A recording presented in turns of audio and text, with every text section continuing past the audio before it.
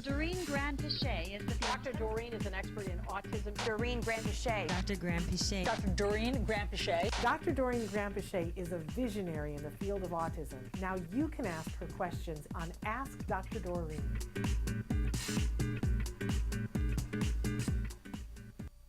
Good morning and welcome to Ask Dr. Doreen. I'm Shannon Penrod, and look who I'm here with. I'm here with the fabulous, the wonderful Dr. Doreen Granpeesheh. Dr. Doreen, good morning. Good morning, Shannon. Good morning, everyone. My favorite thing, we're both from home today, and this is a live show. This is the March 24th, 2026. But my favorite thing about doing the show from distance with you is that we get to hear the opener. And we get to hear that wonderful voiceover by a wonderful voiceover actor and a brilliant podcaster in his own right. Are we allowed to say who that is? Of course, of course. That is your fabulous son, Sonny. Yes. Very talented, and it just makes me grin when I hear him do that opener. So normally when we're in the studio, so you guys know, we can see it on the screen, but we don't really get to hear it. So it's just a fun little perk of doing it from home. Wonderful. And Shannon, now that we're talking about him, let me plug his YouTube channel, which you should also watch. You would love it. It's called A Grain of Salt. A Grain of Salt. Okay, Yeah. Well, now I know what I'm doing with this weekend. Because Sonny is hilarious and he's wise and funny and just has a very interesting take on the world that I think is refreshing and amazing. And Thank you. And he's always been that way. I mean, I only got to know him, I think he was like 17 when I got to know him, and just thought that he was hilarious. And wise beyond his years at 17. And now he's all graduated from college and brilliant, and he was always brilliant. But anyway, I digress. Well, all of your kids are brilliant and funny and wonderful, and as unique. Each one of them is as unique as can be. Yeah, like you can all see, very different. You can see that they're all yours, but they're all different aspects. Thank you.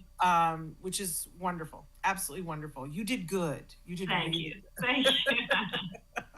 Anyway, I digress greatly, but we are here this morning with Dr. Granpeesheh, who is a true expert in the field of autism. She's been working in this field for more than 40 years. I know you would never know that to look at her, but she's a brilliant expert in this field, and I think really importantly, she's been an advocate and an ally for those on the spectrum who identify as being neurodivergent, neurodiverse, autistic, having autism. She's been their advocate, their ally for more than 40 years, but also has an eye towards the families and the people around them, helping to support them so they can be better allies to the person that they love on the spectrum.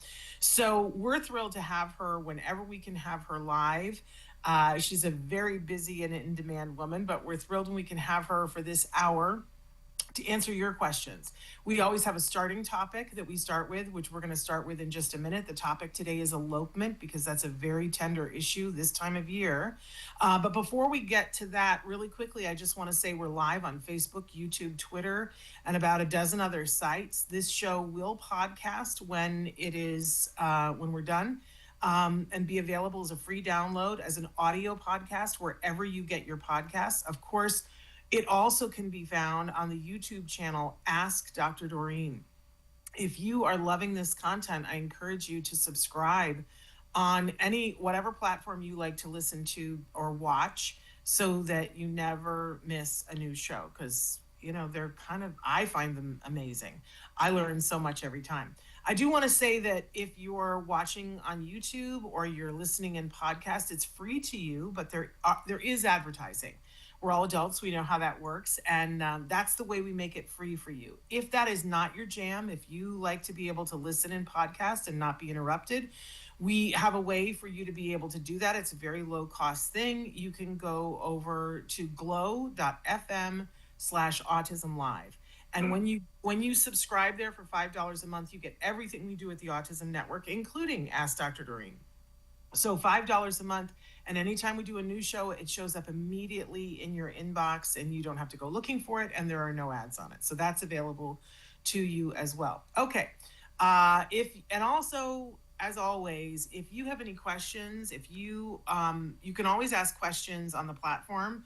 Our chat is open now if you want to ask a question, but I also tell you that you can ask questions in advance, and a lot of people prefer to do that because there's no word limit. And anyway, it's a way to connect with me, and then I write you back and tell you that your question is going to be answered on the show. My email is shannon@autism-live.com. You can find me there. Send me a question. We do have starter questions for today, but we will take live questions as soon as you guys ask them. So ask your question early. That's always my advice for you. Okay. So, and I do want to say this, it's, we're just on the cusp of April. We have one more Tuesday before April, but we've got some big things planned for April. So stay tuned to our channel. Hopefully you're going to find some amazing guests with some great information for the month of April. We always try to pull out the stops for April and do a little bit extra because we know you guys are looking. Okay, so Dr. Granpeesheh, our topic today is talking about elopement. And I thought maybe we could start with explaining what that is, because if somebody is new to autism, I know when my son was diagnosed and somebody said elopement, I said, we're not worried that he's gonna go to Niagara Falls and get married. We're worried that, because that's the only word, that's the only context. Right. Elopement from. Right. I was like, why is that the big, is everybody going? I grew up in upstate New York, so everybody went to Niagara Falls to elope. I was like, that's not the thing. We're not worried about that. We're worried about a million other things, but not that. Right. But this is I joke, but this is a serious subject. Talk to us about what the definition of elopement is, and then let's talk about why it's such a huge concern in our community. Yeah. So elopement basically just means running away. And the issue, of course, is that it is extremely dangerous because our kids generally don't survive well when they are not in a safe place. Now, as we know, children who run away, they're not really aware that it's not like they're running away from something.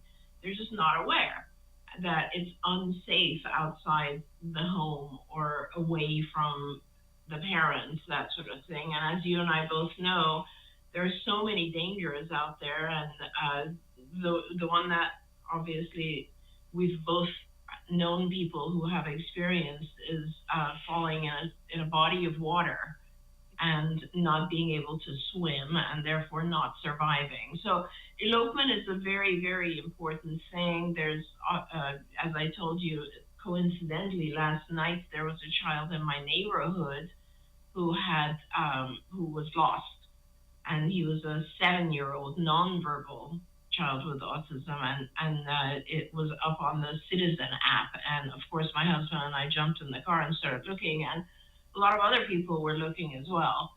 And I'm always very, very concerned because it in a lot of ways is a very, very dangerous thing.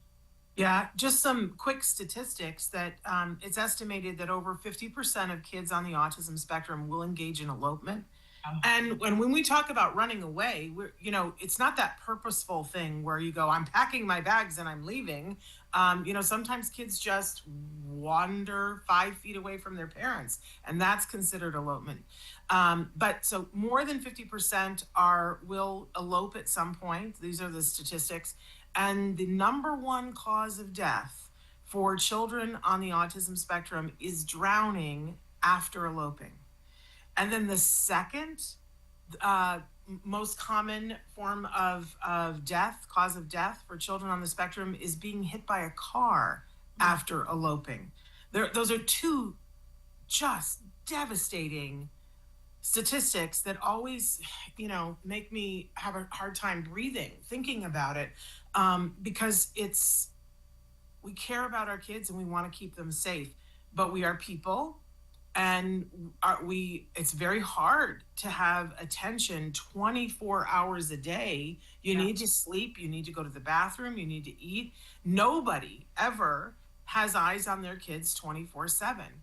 So, we're going to answer some questions today, but I want everybody to remember to take a breath. This is the hard stuff, but I hope there's something that will get said during today's show that will spur you into taking action to make sure that maybe there's one thing you haven't done that's been in the back of your head that you're like, okay, maybe I should take care of that, and that you'll take action, because there are things that we can do to work on this with experts, and there are things that we can do in the home to make our kids more safe, and there are things that we can do when we're out and about. And so hopefully we'll talk about all those. But I want to get to a question. Our first question that somebody wrote in was, why do children on the spectrum run towards water? Yeah. A lot of children actually enjoy water play. It's a common self-stimulatory type of behavior, and they don't know anything. They don't really understand the concepts of depth or, swimming, all of that sort of stuff. So really they're just going towards it because it's something unusual and could be fun, and they can splash around and all that sort of stuff. But as you were going through, Shannon, and saying all of these different things, I thought it would be important for us, and depending on the questions, obviously, but I thought it would be important for us to just go through all the different things that can be done, right? So starting with the whole concept of water, right? And if your child is one who is drawn to bodies of water, the most important thing you can do is teach them to swim. Teach them to swim. Like, it's that simple. And it is, you would be surprised that it is easier to teach a child to swim than to teach them not to run away. So teach them to swim, and that is going to be something very, very important. So that's one thing that you can do right away. Obviously, another thing is a lot of our children don't really understand the concept of strangers. And one of the areas that we touch on is that if you are lost, these are the types of people that you can go to. So, it's harder and harder these days, but generally someone in uniform, or maybe a mother, for example, someone with a child. There are classifications, I guess, of people that you can go to that might be safer than others. Yeah. So that's a whole nother thing, is like teaching children the concept of strangers, which is a whole area. It's not an quick fix, but it is definitely doable. By the way, can I just say, when Card worked on this with my son, it was so eye-opening for me. I only have the one son, but I'd been an aunt, and I'd been a teacher, and I thought that I knew things. And when Card was teaching my son, they were teaching me. And one of the first things Card made me do was go to all the stores that we go to and take pictures of what the people in those stores were wearing. Right. Like at Target, the fact that they were wearing a red shirt, a name tag, and khaki pants at the time. Exactly. And then at Trader Joe's, they were wearing either Trader Joe's shirts, or they were wearing like Hawaiian shirts. Right. It was like, that would never have occurred to me. So they were teaching him, and he began to understand and generalize that, oh, somebody with a name tag is generally a worker here. Right. And they're a person to, like, that would never occur to me. But the biggest one, and you sort of touched on it, was they taught him that if you're ever in danger and you're separated from your parents, find a mom with a kid. Right. Because those are the people that are most likely going to be helpful. That never would have occurred to me. First of all, to know that, but second of all, to teach that to my child. Look for a mom with a kid if you need help. That would never have occurred to me. So I'm happy to share that here. But Card did so many things to make my child safe, which then made me feel like he could be more independent. It's a brilliant gift that you guys gave us. Yeah, Truly. Thank you. And it's such an important thing to be able, we know if we're in Target, if we need help, to look for the person in the red vest, right? I don't know how we, obviously at some point we come to realize that, right? But teaching our kids those types of things are very helpful, because then they start to scan and try to find the right person to go to, which is super important for them. Yeah. Also, just the whole concept of, find someone in uniform, because a lot of times the other side of this obviously is that if a child runs away, they are pretty scared because they're lost, they don't know who to go to, where to go, and so on. And a lot of times they don't really safely go towards a police officer who is trying to help them. So teaching a child as much as possible how to interact with a police officer or a fireman or something like that is also very valuable, because the other side is true as well. Those folks often don't know how to interact with autistic people. So that's another whole area, which is kind of teaching the recognition of folks who are in uniform and how to interact with them, but also teaching a child kind of the neighborhood and places that a lot of our kids are very good at memorizing directions, streets, etc. But introducing the child to neighbors, it's one thing that is definitely helpful, because most often children are leaving their homes, they're eloping from home. Making sure that the neighbors, if they should see a child who's just your child and they know the child and he's wandering around, to know what to do and know how to deal with it. That is, you're just kind of growing. You have more eyes out there if you do that. And that's not very hard to do. Most of our neighbors know each other, and no matter where you live, that's something you can easily do. So that's another thing. But then I think, my mind last night, the very first thing I was telling my husband was like, why don't they have some sort of tag when we were looking for this child? So I think the most important thing, there's lots and lots of things we can talk about in terms of teaching, but the fastest one, I think, the one that is important immediately until the child becomes a little bit more aware and is able to actually talk to the right person and so on, is some sort of trackable device. And nowadays there are so many trackable devices, right? Whether it's one of those Apple things, or there's just tons and tons of devices that can be tracked on your phone. Yeah.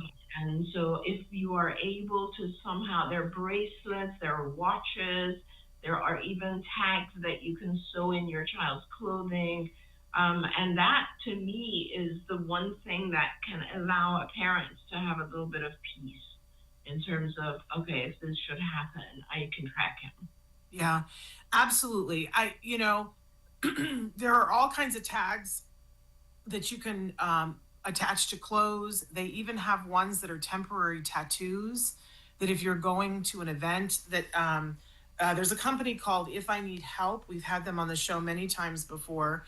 That they make a whole series of things that are QR codes that are specific to your child. They assign a QR code to your child, and if somebody scans it, it goes to the website, and there's information about your child, how to get a hold of you, what your child might be allergic to, so on and so forth. And as I said, they have everything. They have shoe tags that they can attach it to. There's an iron-on patch that you can put it in all of their clothes. There are clip-ons. There are dog tags that they like to wear a necklace, or if you're going to a big event, a big outdoor event, there are temporary tattoos that you can put on. So that's ifineedhelp.org. And they are parents that created this because they have a child who elopes. And there are other things that are geofencing that you can put a tag on your child, and you can create on your phone a geofence. And if your child breaches that perimeter, you're given an alert and shown where they reach, so you know where to start looking. As you said, there are bracelets, there are watches. We went through a period of time where, what happens is that a child will elope, and for whatever reason, it grabs all the headlines and everybody starts looking for the child. And then unfortunately, sometimes that child is found dead, and there's like a push from the entire country, like, why aren't we doing better? So there was Avante's law that was passed, and we saw that insurance started funding these things. This was a bill that started with I think it was Chuck Schumer who started that. That insurance should cover, if your child has autism, some form of being able to track your child. There was some pushback that came from folks who were adults on the spectrum about, a child, because some of the bracelets are, they lock on so that the child can't take them off. So I think it's important for families. There are lots of different ways to do this. If you have an issue with that, and I just want to say that there are some families that may save the child's life, but it's not everybody's choice. So, but it's possible that your insurance will pay for the tracking devices that you need. But I have seen families take the little rubberized keychain things that come with the AirTags and attach those to their clothing, and then they just remember in the morning they pop the tag in. And they remember before they put it in the laundry to pop the tag out. They're too expensive to launder. And then, the child truly isn't even aware of it, but you're tracking them all day on your phone. I don't think there's any lengths that a parent, if you're afraid for your child's life, it's, it's a little bit more time and effort and a little bit more money. But I always think of, I don't know which expert it was who said, if your child could turn to you, it might've been you, if your child could turn to you and say, at the first opportunity, I'm going to run, what would you do? Yeah. And then you should do that. That's so good. Yeah, that's very good. Right? That's so true. Yeah. And, Shannon, talking about cost, these days, if you look at, an AirTag costs $6. Really? Yes. You can order it on Amazon and you can pop it into a little plastic thing. And AirTags are not the best because they're not super accurate, like in terms of exactly where the individual is, but it's something, and it's something to the general region. So I would definitely recommend looking into this. I like the way you said it, which is if your child said to you, I'm gonna run, how would you prepare today? It's so important. And then do that. So I want to get to a question, but before we do that, I want to back up and talk about some of these things that, first line of defense sometimes for parents is securing the home. Yes. And that's its own little thing, because you have to, I remember when we were in this mode and we were having to make decisions. And I remember we had an expert at the time I was blogging, and an expert wanted to put out their stuff. And so he said, I'll come over and do the consult with you if you blog about it. Sure. Absolutely. And one of the things that he said to me was, we had one window, we were in a condo, and we had one window that was easy to crawl out of, and you wouldn't fall, but you would get to the outdoors. And he said, this window is a problem. And I said, oh yeah, let's put a lock and an alarm on that. And he said, yeah, but it's the window that you need to get out in a fire. And suddenly we had to choose, and we had to be mindful of, we want something that a 3-year-old can't get out, but a fireman can get in, or if we need to bust out of it to get out because there's smoke, that we can get out of it. And I say that only because everything in life is this balance, right? You want to be able to get in and get out. But there's all kinds of locks. You keyed me into the kinds of alarms that are the magnetic. They're fairly easy to install if you have somebody handy at home. That there are 2 magnets that go on either side of a window or a door. And the magnets, if they're touching, if they're close to each other, nothing happens. But if you open the window, and they're cheap. Those are available cheap.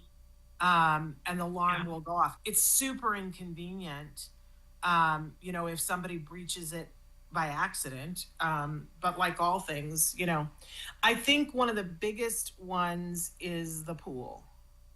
I agreed. And those have alarms as well, which we should talk about. But I do think that there are 2 benefits, I think, to the door alarms that you're talking about, because not only are they extremely effective and they kind of let everyone know, right away that the door has been opened. But also, and you have to be very careful with those as well. But I knew a family where they had a lot of different kids, and so the door alarm was going on and off all the time, so they were ignoring it, which is really not good. But there's lots of different kinds of door alarms. Like, you should really look at it and see what fits into your lifestyle.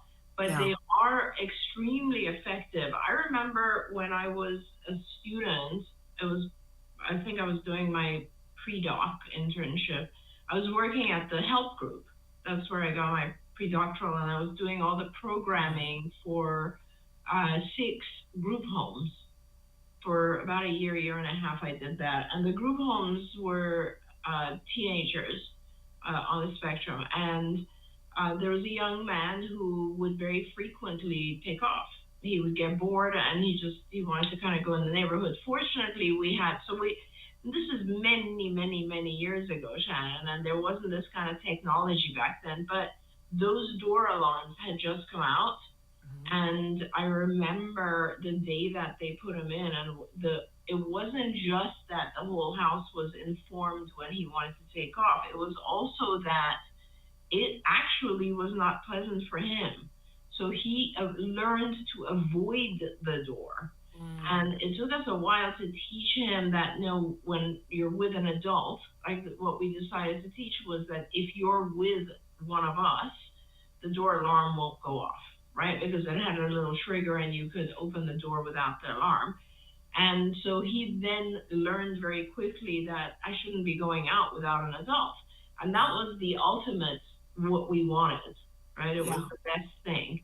There's also different types of door knobs, which are not easy for kids to open. They're the ones that you have to press on both sides. There's like all kinds of things that can help prevent this as well.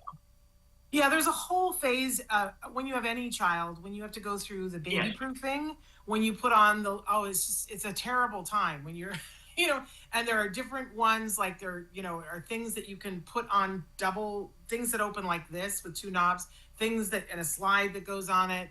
There's the squeezy doorknobs. There's the things that you have to push down to get into the knife drawer. I mean, the little plastic things that you stick into the electric socket to keep your child safe. And I think everybody needs to do that with all of those things. But then I think if you have a child on the spectrum, you have to go 4 steps further. Yeah. Agreed. And take a look at the different technology that is out there and what's going to work on each door. There's different locks for sliding glass doors. I will be honest, we found the thing that worked the best is exactly a piece of wood that is the size of the thing, and we still use those because it deters. It's easy to take out when you want to get out in a hurry, but it deters thieves, and those are the easiest doors to break into. On our door, when Jem was little, and he was in eloping danger, we had 4 different locks on the door. One was the magnet thing. We had a hotel lock, so it would stop it and make a bang noise if somebody tried to open it. We had a bolt, and we had the lock for the door. And somebody had asked the question, did my son ever elope? And there was one day. There was one day that, and I tell the story just because you need to know, you put in the technology, but sometimes our kids are really good at technology, right? And they're really good at functional things. So it was a day when he was about 3.5, and he was getting services from CARD, and we were having it at the home. And we had our first therapist of the morning come, and we had such a good time. And we were always saying to him, we learned that he would have a hard time ending one session, taking a break, and then starting the next session. So we would always give some sort of a reward. So we had promised him that morning that we were going to take a picnic lunch. And he had this little poo hut that, one of those pop-up little tents, and he wanted to take the poo hut, and we were going to sit outside and have the picnic lunch. So the therapist left, but I was preparing the lunch, and I had a phone call. And he kept saying, poo hut, poo hut. And I said, yes, in a minute. He didn't understand in a minute. And I don't know, there was a sound, and I and I wasn't quite sure what it was. And then I realized he had taken his little chair over to the door and he had figured out, and there were locks that were more than 6 feet up, and he had figured them all out. And then there was just silence. Yeah. And something in me went, there's a absence Something's of wrong. Yeah. Something's wrong. And I went running out the front door, and he was halfway to the street. Yeah. And, you know, I think about it, and I was incredibly lucky, because if I had reacted 2 minutes later, I don't know what would happen. Yeah. Because he had no danger around cars. Hey, I'm saying hello to Helen. Helen, we're so thrilled to have you here with us. And Nicholas is with us and saying hello to us. So hi, Nicholas. So the locks are important. Yeah. And it's important to do as many things as you can, but we always have to remember human error. Oh, absolutely. So I want to talk about the pool things, and then I want to get another question. Then we can talk about teaching our kids things too, as you started to talk about. But for the pool thing, I find this is the hardest one. And first of all, for me, it's not just about your pool. It's about having an awareness of who else in the neighborhood has a pool or what bodies of water are near.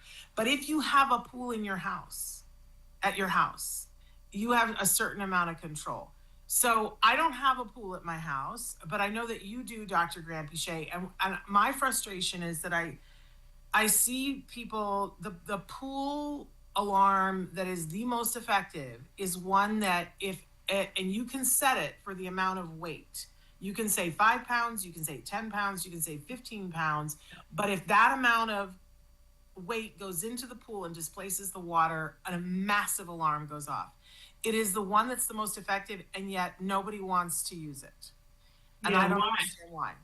Yeah, I mean, if I was living with a child who was on the spectrum and I had a pool, I would not only use that, but I would make sure that there's a secure gate around the pool with a lock on it, or a very difficult process to get in there. I would do everything. I hate to say this, but over the years, I have known 2 families who lost their child in the pool. Yeah. And I think parents don't realize that in one of those cases, it was in the middle of the night. Yeah. You know, it was in the middle of the night that the child got up and decided to go in the water, and the parents didn't even know. So a lot of things happen. It's just you need to really exercise extreme caution if you are around the pool. And I had another child who is with us and fine, but she would frequently take off and go to the neighbor's pool. Yes. Frequently. So you have to realize that there are all of these dangers, and it's so important. As I said, I think the most effective thing is to teach the child how to swim. Yes. Number one. Yes. And you guys should know that there are people now that this is like a common thing that their specialty. Yes. And don't be freaked out. They're going to want to teach your child how to swim with their clothes and their shoes on, because that's how kids go in the water. So they need to know how to float with their shoes and their clothes and their jacket on. Parents get so freaked out about that, but it's the best thing. Yeah. Yes. And most of the time around this time of year, I haven't heard anything about it this year, but most of the time, most swimming places will offer a 50% off for the month of April to teach your child how to swim if they're a special needs kiddo. So look around, call places, ask them if they're doing that for April, talk them into it. Because you're right, that is and I want to move on to the teaching. But I do have this question that I want to get to because it feels familiar to me. My 5-year-old is an eloper. I have more locks and alarms on my house than Fort Knox, but most of it can be foiled by human error. My wife and I have been invited for a vacation getaway, no kids, 4 days, all expenses paid, because she does such a great job. I want to go. My mother-in-law has agreed to come and stay with our son. I keep picturing my beautiful son face down in a neighbor's pool. I have told my wife I can't go, that she should go without me. There have been a lot of arguments. It may cost me my marriage, but I can't do it. I can't leave him. I guess what I want to know is how other parents deal with the fear.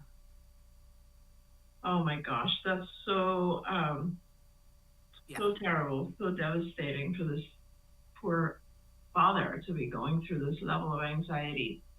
Yeah. Yeah, I mean, it's a very heady question, right? So on the one hand, you have your mother-in-law. I would honestly, I would probably, if I was in your place, I would probably feel the same way, and I would probably not just leave the child with the mother-in-law, but maybe have a second person available as well. I'd make sure that I tell all the neighbors that I'm going to be gone for a few days and to keep an eye for just a couple of days. Neighbors are usually very, very helpful with this sort of thing. I would do the tags in the clothing. I would do all these types of things. And I would make a schedule for my child that would keep him or her with an adult all day, very busy, right? I would do all of that to feel. And then you're right, like, even if you do all of that and you leave, you're not necessarily even relaxing and enjoying because you're worried the entire time. It is what it is, right? It's extremely difficult. I don't know how to tell you. I mean, I talk to people a lot about just anxiety and that it is fleeting thoughts and that you have to be able to learn how to let go of your thoughts and all that sort of stuff. But when it comes to a parent who has a legitimate right to have anxiety over something, I understand. Rather than trying to tell you how to not be afraid of it or not be worried about it, I understand. Each of these things I think that we're talking about today helps reduce your anxiety a little bit.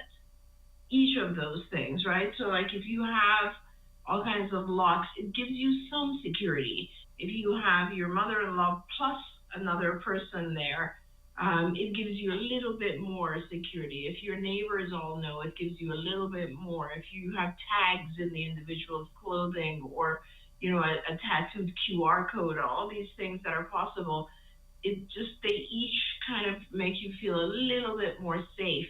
But whether or not you ever get to a point where you can just say, okay, it's okay, that's a whole different story. And I think that in itself, Shannon, might be a shaping thing that we could work on, right? Which is, it's not just about eloping from the house. That's something kind of I wanted to touch on as well. It's all these other environments as well.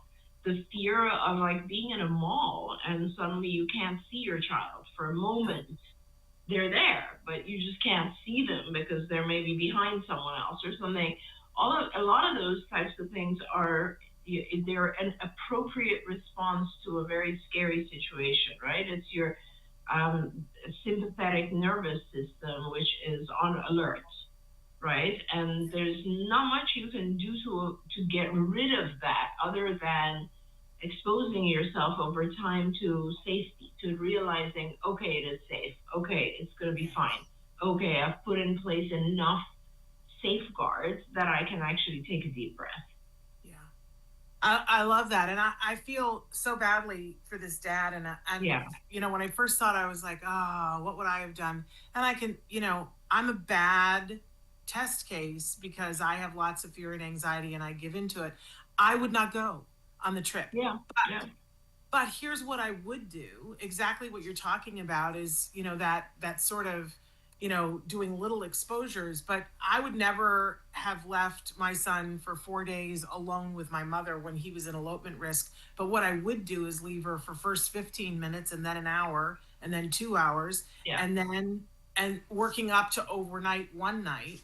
Yes. And maybe if you tell your wife, look, this is the way I need to do this. But right now I want you to go and be on this 4-day trip and take it and have it be your rest and relaxation. But then let's make a real plan for being able to go do something together so that we can work towards being able to do. Because I think any spouse wants to know that this isn't going to be forever.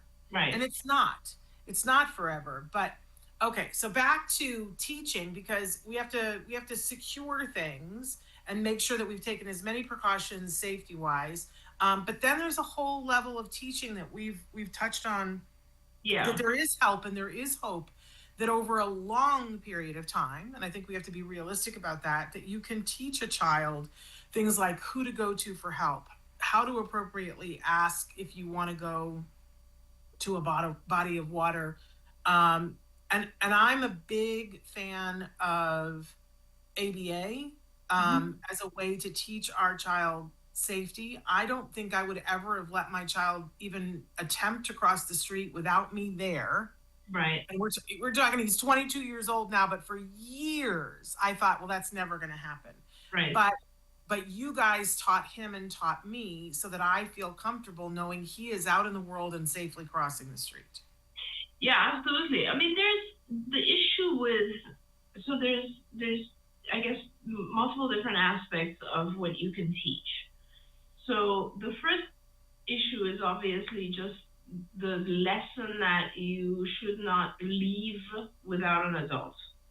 So wherever you are, you should not leave without an adult. So that's kind of a it's a safeguard against all types of elopement. So, and that takes, as you said, Shannon, lots and lots of time, right? Because it's not just, you have to actually expose the child, allow the child to attempt to leave the house, and then someone kind of like jumps out and says, no, we have to go get an adult. And it's practice over and over and over, and gradually getting to the point where the child gets the message that if I want to leave, I have to have someone with me.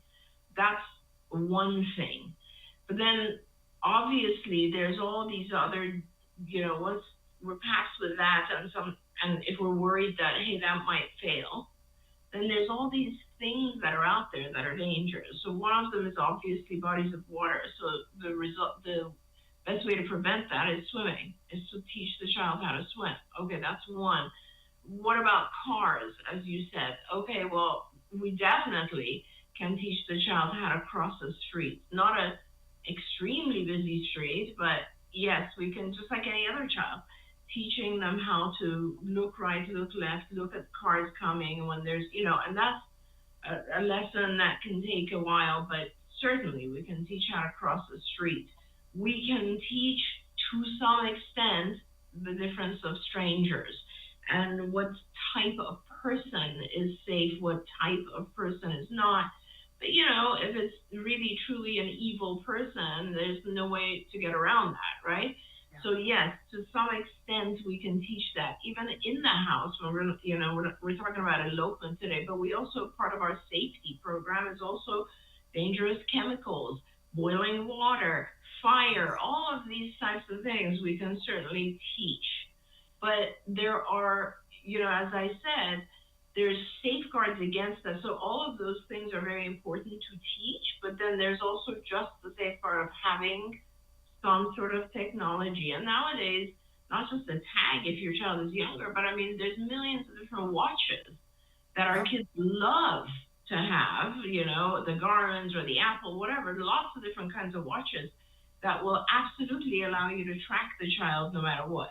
I don't see anything different than our adults, typically developing kids, where we share our locations on our phones, So it is absolutely a wonderful, wonderful thing. As you know, one of my daughters right now lives in New York this year, and let me tell you, I will wake up in the middle of the night and just make sure she's home, because so it is always a good thing to have some system of knowing where your child is, because I think you can teach as much as you want, but if that one scenario where you didn't teach that, or the child got distracted for a moment, or whatever it is, knowing where your child is comes first, and that will always be the most helpful, in my opinion. Absolutely. But I just want to further the message to people that there are things that can be taught. Absolutely. and that you should be getting help to teach your child that. Because Yes. I think so often parents think, oh, well, I guess that's on me. But most of you have access to, you have funding for good ABA. And that's part of what ABA can do, is teach safety skills to your child with you. So that you're learning how to teach it as well, because that's an important component to it as well. Okay. But then we touched on the fact that you want to lean into professionals, that they're teaching your child. We live in a very interesting time where not every neighborhood thinks of first responders as helpers. But it is critical that we, I think, introduce our children to those first responders 100%. and have them be introduced to your child. And so usually, and it's this time of year that there's some kind of an autism festival, or Sure. even your local police department or fire department has an open house, or you call them on the phone and say, when can I bring my child to meet you? And I know that that's a little forward thinking, but that's what I did. And I lived in a community that was so educated, because it's where Emily Island raised her child, and she did all these workshops for the police. And I still took my son to the fire department and to the police department and introduced them and said, this is where we live. Now I realize that I had no fear of police coming to my house and profiling me. So I just want to say that I understand that Yes. that's not everybody's, So true. and I want to be mindful of that. But I do think that when you take the time to go to the police station and say, this is my child on the spectrum, they make a little card. And then it goes on file, so that if for any reason police or fire has to come to your house, that will come up as they're en route to your house, that there is a child on the spectrum. And we've seen that save lives.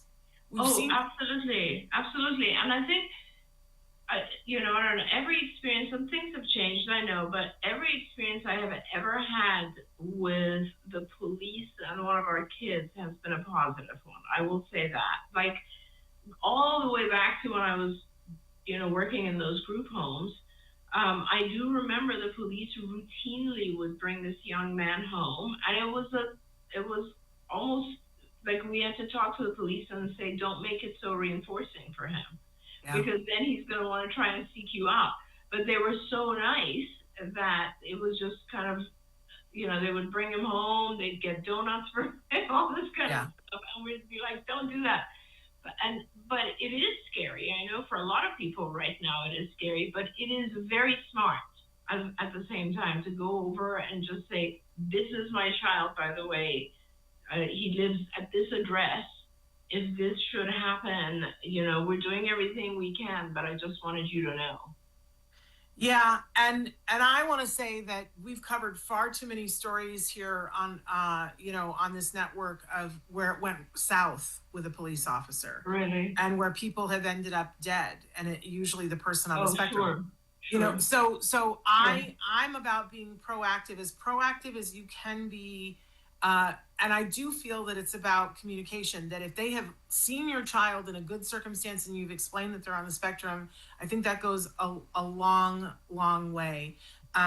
Because we hear too many stories about police arrive and they don't know what autism looks like. And so they have a reaction and then later find out and they feel bad about it. So making them aware ahead of time, I'm a big fan of. And I'm same thing with the fire department. And by the way, one of the things that I encourage you to do if your child whether it's at a festival, a lot of times they'll have a police car or a fire truck at a festival. I was taught this, I don't know who taught me this, that have your child, interact with the police officer, but have your child ask them if they can hold their badge. Mm-hmm. Because badges that are real are heavy. Mm-hmm. And there was a rash for a while of people pretending to be police officers with fake thing, and to ask, can I touch your badge, and having the police hear that that's a relevant question from a child on the spectrum. But I also Emily Island made a video. I think it's still available. It's called Be Safe, the movie. I think it's probably on YouTube. Mm-hmm. And we watched it with our son, and it was so eye-opening for me about teaching your child that if you are stopped by the police, this is how you behave. Yes. I was horrified teaching that to my child, but I think it's critical. That they need to know not to run, that they need to, if they're, whatever they're told to do, put their hands on their head, whatever, and practice it when we're not in a high stress situation so that they understand what that is. Yeah. So there's, and there are many now videos Yes. and online also trainings both sides. So there's trainings for the kids and there's trainings for the first responder, whether it's fire or police. And I will say that the training for our kids becomes more and more important as they get older, because there's lots of situations that I know about where, you know, our child doesn't even know the concept of raise your hands, and they're a teenager and they have their hands in their pocket because that's how they walk and that's how they are, and the police consider that to be a very, very dangerous move, is to put your hands in your pocket. So, or if they are holding something and they pull it out, there's lots of situations where it's hard for the police to tell if it's a safe situation. But there's really good training. I'm sure there's millions online now. I mean, God, a long time ago when I was on the board of the Autism Society, the National Autism Society, we made a film that was all about safety for the police. Like, it was teaching the police that, hey, if you do, you know, if you scream the child's name out, that might actually scare them. They might, you know, if they hear a siren, they're going to run away from it. There's things like that I'm not sure. And I think nowadays, Shannon, I think a lot of the police and fire actually receive specialized training because autism has become so pervasive.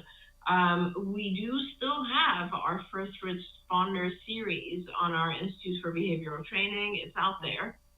So, and it's accessible to people for sure. It's very important. Yeah, I try to be humble about, behavior is an interesting thing, and what your mind jumps to, it's very interesting. We were someplace the other day and it was very hot out here in Los Angeles, and there was a young person who was dressed head to toe in black with a heavy, heavy black jacket with a hood on, and they were weaving in the middle of the road. And my first thought was, this is somebody who has, some probably some mental issues that are going on, and they're, potentially in heat stroke. But there was somebody else in the car with me who was like, ooh, I think that's a drug issue. And somebody else in the car who was like, I wonder if they're on the spectrum. 3 different people looking at the same behavior, and any one of those things could have been true, but it was a person who, was having a hard time. Yeah. We were at a busy intersection. There was no possibility for us to stop or further investigate. So I don't know what happened. I feel bad about it still to this moment. But I just want to say that, as unthinkable as it is for those of us who love people who are on the spectrum, there was the one case of the kiddo who he had a string and he would do this endlessly. And the mom was in a store and she sent him out, an older teenager, like 19 years old. And the police officer saw that behavior and thought it was something else. And, it went very badly. It was traumatic. The teenager lived, but it was very traumatic for both sides, the police officer so I'm all about making sure that they know who your kid is. Definitely right. Very good point, Shannon. And along with that, I want to say, as we know, this is a spectrum. This is a very, very wide spectrum.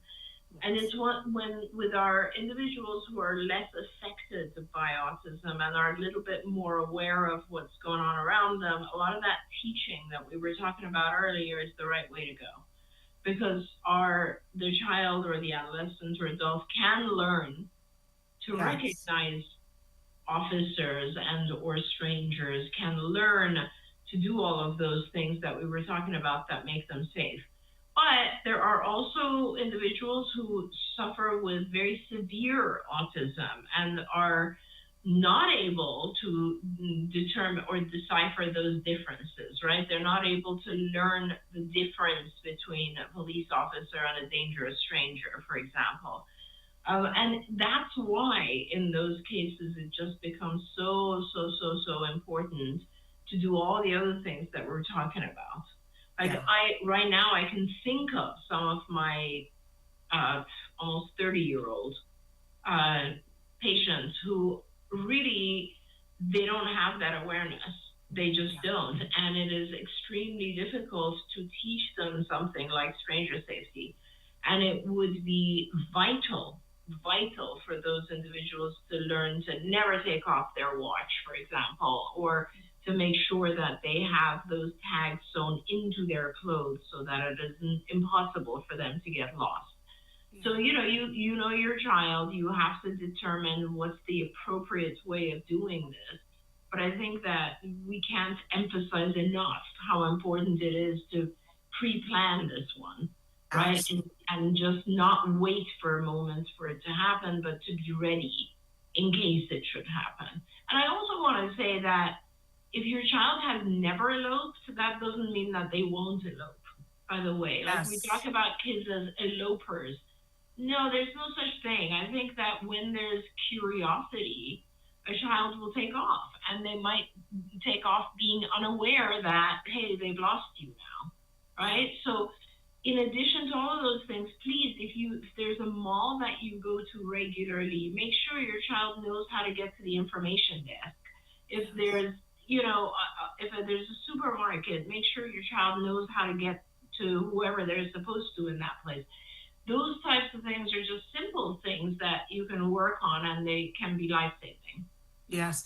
You brought up something really important that I want to go back to about pre-planning, that having a plan in place, that if your child is separated from you, what are the steps that you take? Because every minute counts. Like if you know that the next door neighbor has a pool and they refuse to have a fence up, and you know that your child is attracted to that pool, maybe your plan is the very first thing you do is you check next door. And every minute will count towards saving your life. And maybe you run to the pool while you're calling 911, and and hopefully you've already alerted the police that your child is a danger for this, so that they don't take 20 minutes on the phone with you figuring out whether it's really a risk or not, but they start looking for your child immediately. But having that plan. So really quickly, if you think about it, what we've covered, I mentioned that Autism Care Today, the wonderful charity that you founded many, many years ago, has had a program called STOP for a lot of years, and we just covered all phases of it. So the S in STOP stands for secure the area and know that, you've got as much protection going on as possible. T is for teach your child all the skills that they need to have. O is for dealing with officials. Talk to the officials in your life and have them be aware of the situation, have your child meet them. And then the P is for planning what you will do if something should happen. And that it's not one of those things. If you just do one of those things, you're doing something, but it's not going to cover you. But if you do all of those things, and if we all do all of those things, then hopefully we can stop some of this. We have a question that somebody says, do kids on the spectrum outgrow eloping? The outgrow is a very interesting thing for me. Yeah. I mean, it's possible that they outgrow it because they lose interest in the thing that was drawing them out there. But in most cases, no, they don't outgrow it. It's curiosity. There's wandering and going out there is just, oh, what is that body of water? I want to go towards it. That's not something they outgrow.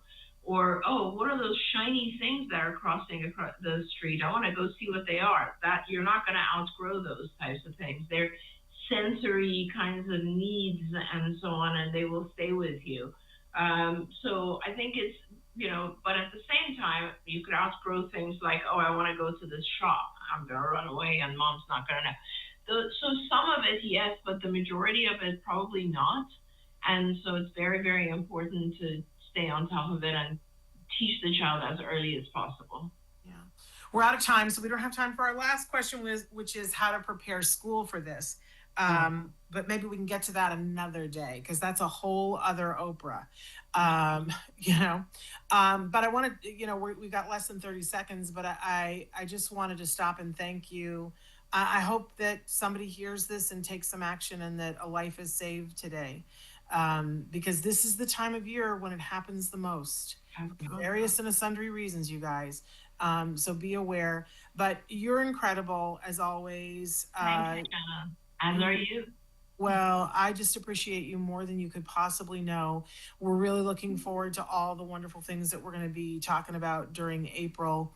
But I just humbly thank you for all the knowledge that you have shared with me and my family and with so many families over the years. Thank you so much, Shannon. Make me weepy.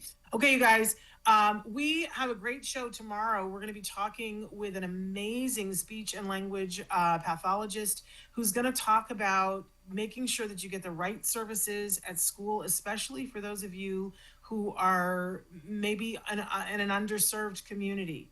So it's going to be a great discussion and about making sure that the right things are in your IEP so that you get the right speech support from school, which is really available to a lot of people. So don't miss that. Make sure that you're with us tomorrow. Thank you for being here. Give your kiddos a hug from me and one for you too. Bye-bye for now. Bye, Bye, Dr. everyone. Don't forget, you can watch Ask Dr. Doreen live every Tuesday morning at 10 a.m. Pacific time. We hope to see you there.